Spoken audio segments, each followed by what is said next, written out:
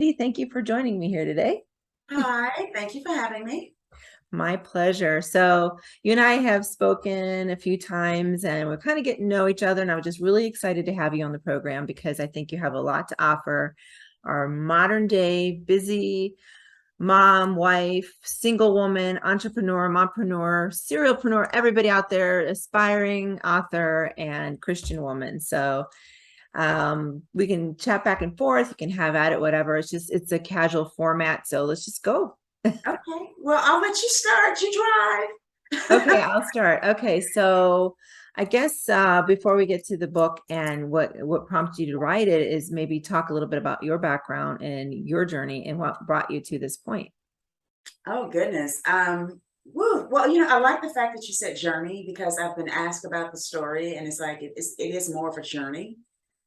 Especially as you age and progress, you look back over those, footsteps and prints and things, and it's like, I could have done this better, or I could have done that, or could not done, different things. And it's definitely been a journey. I do speak a lot, I guess, in reference to myself, in the book.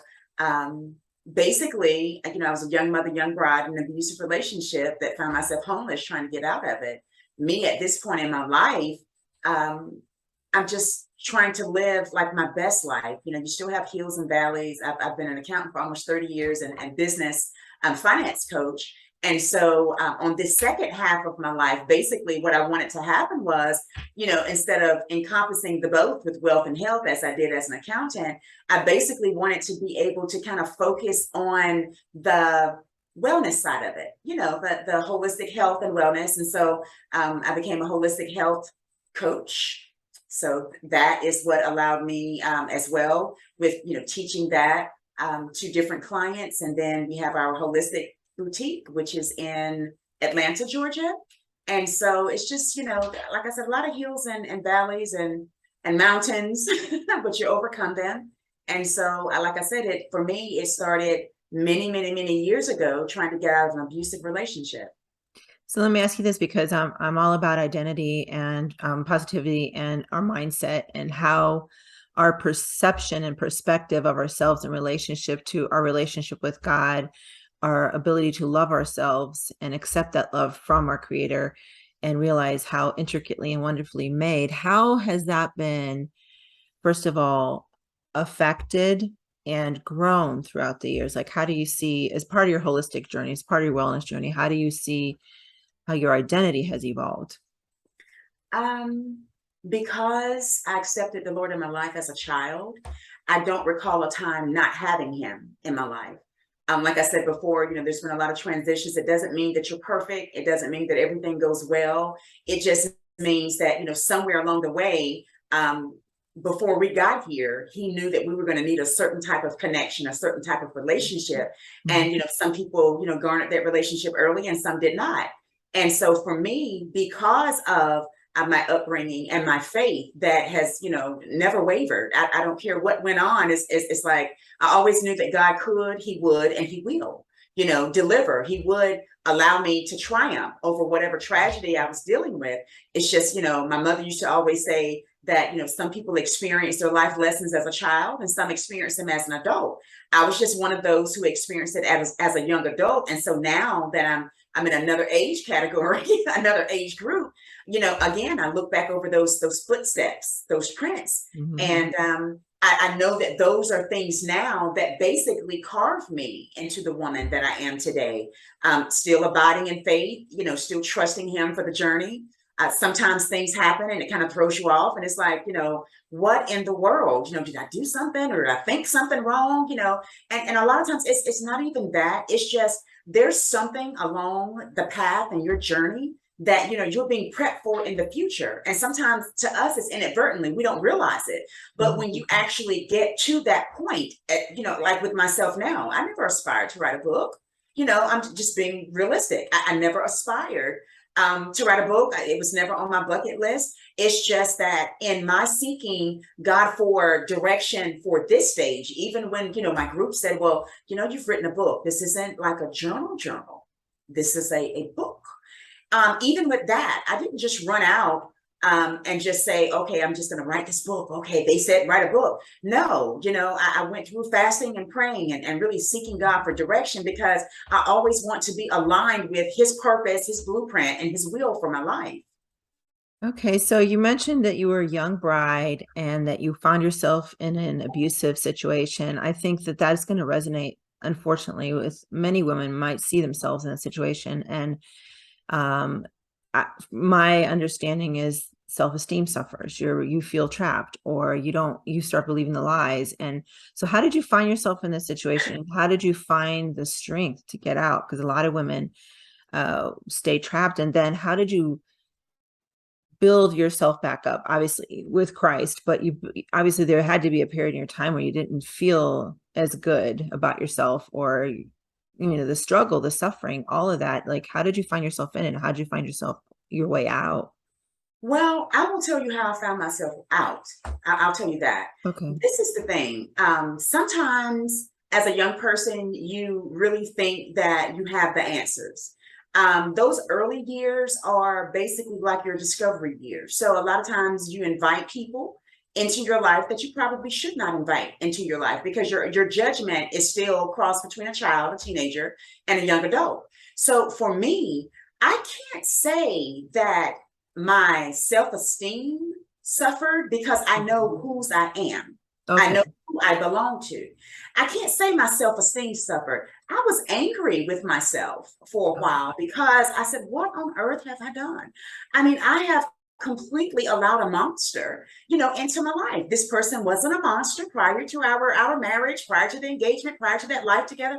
They weren't a monster. And then, suddenly, okay, now you've got me, you've paid this fee and you've got this marriage license, and you are a complete and utter monster. Can I And this ask you something, to not to interrupt, but a lot of people say, oh, there's red flags and you just missed him. I'm sure there was signs. And I have to say, I don't think there's always signs. There are not always signs, because what I was going to say was that this individual as well was raised in church. So you can't always, your baseline and thought a lot of times is that we are equally yoked, you Right. know. Okay, we have the same belief systems. These are the things that you're taught for many years to kind of look out for. But Mhm. that's not always the case. Sometimes things just happen. And, I'm just one of those people who just believes it is what it is, but okay, how am I going to change it? How am I going to change this? How am I going to, kind of, I would say, grab the steering wheel and kind of get back on track? And that Mm. was my primary concern was, for me and my daughter at that time, was for us to be safe and for me to make better choices. So how did you do it? Like, how'd you get out? I'm very strategic, especially when I realize that there is a problem. To this very day, a friend of mine not too long ago, she called me with an issue, and she said, I knew if I talked to you, you'd have a resolution, some type of resolve for the Mhm. issue. And I said, well, no, it's not that. It's just that for me, I guess because I am busy, I stay busy as well for myself. It makes me feel good to always have something to do. And so for me, when I realized that there's a problem, and instead of keep continuously allowing it to happen and allowing it to progress, my thought is like, okay, this is what's going on. How am I going to get myself out of that? So for me, I had a job, like I said, still in accounting, but at the time I was still in school. So there's like a combination of dynamics. Now you've got a child in play, you've got this abuse going on at home. My goal was to get out of the house. So my job and school was like my saving, I don't want to say my saving grace, but it was my safe space. Mm. My safe space. I did that to basically get out of the house. I couldn't get out of the house quick enough.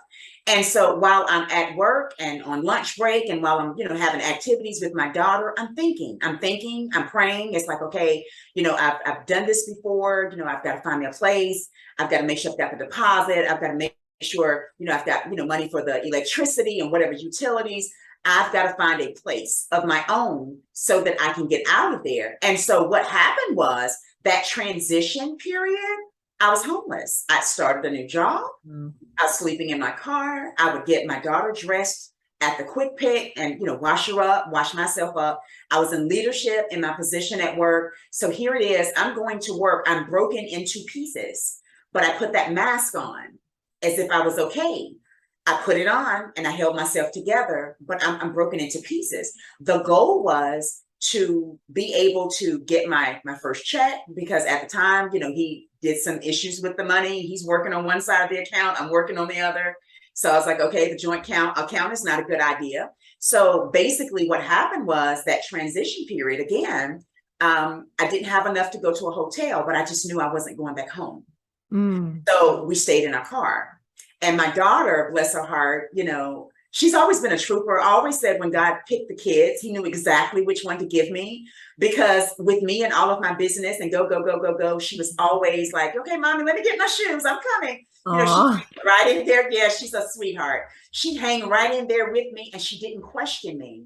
I think for me, what really did it was the day that she saw it. When she saw it, that did it for me. I could not raise a daughter with her thinking that was okay. Oh, wow. And Yeah. so that day was the last time that she saw him. And that day as well was the last time that I decided that was going to be our residence. So it was like a drastic, but again, the hope for me, okay, I've got a check coming. If I can just, grin and bear it, just hold it together until I get this check, I can get a place. I kept going to work. I kept looking like I was normal, and I was broken into pieces. Hence the reason why as well, and I don't know if you and I had discussed that, I still have a charity that is basically, it's a Great for Mine International, and it is geared towards homeless families with children. That's a part of where that little bird came from that tapped me on the shoulder to do that. And basically with that, a lot of times I remember advocating a lot, even with that subject. People think of homeless people as those that are stand out there with that little cardboard sign, Mm-hmm. And they're trying to hustle you for a dime or for a penny or whatever it is that you may choose to give. Right. I advocated for the functional homeless people because I was one of them. Okay. Everyone that goes through homelessness, everyone that's hungry, everyone that's in need is not a beggar. It's not a bum. It's not a person that doesn't have a plan. But it's just like this. And this is another cycle that I found myself on when I did get the hotel room, waiting for, excuse me, waiting for the apartment to come through. You end up on a hamster wheel in a cycle. So let's just say, let me put my accounting brain on. Let's just do a little math. So let's just say hypothetically during that time, let's just say you're making $1,200 a month. Let's just say hypothetically. And so you're spending $250 a week on the hotel. Mm. So 250 times 4, that's 1,000. So you've got what, 250 left? Mm. And 250 left. And you've got a child in diapers, you've got daycare, you've got to eat, you've got to pay the insurance. If you've got a car note, you've got to pay that. You need gas. You see? Oh, yeah. That's what happens to a lot of people. And so when I saw myself in that dynamic, it's like, okay, I can't stay here. I can't get comfortable. I can't stay here. Okay, we're out of the car. But now I've got to get us out of this hamster wheel, get us out of this hotel. No, not hotel, motel. Excuse me, because basically a lot of the higher end hotels at that moment, at that time, you're just trying to get in somewhere to have, clean bed if you can, and a shower. A place to lay your head outside of your car, because that's dangerous. But God always had his angels watching over me, and I was fine. But getting off that hamster wheel was like another dynamic that was thrown in the midst of it. But again, by God's grace, when I got that first check, applied for the place and I got it, and they were trying to get it together, and it's like, I'll go in right now. It does not matter. Right. Gosh. That was what basically catapulted me into that mindset beyond the fact of what I saw. It's like, okay, I have got to get out of this. This is not healthy, and it's not healthy for my child to see me abused. Wow. It's just mind blowing to me. And what an amazing story of resiliency, Thank you. So it took a while from transitioning from your car to the hotel to the apartment. And I imagine that there were times where it was somewhat terrifying. I can't imagine what he was doing or up to during that time, but Well, we didn't have cell phones back then, so it was awesome. oh,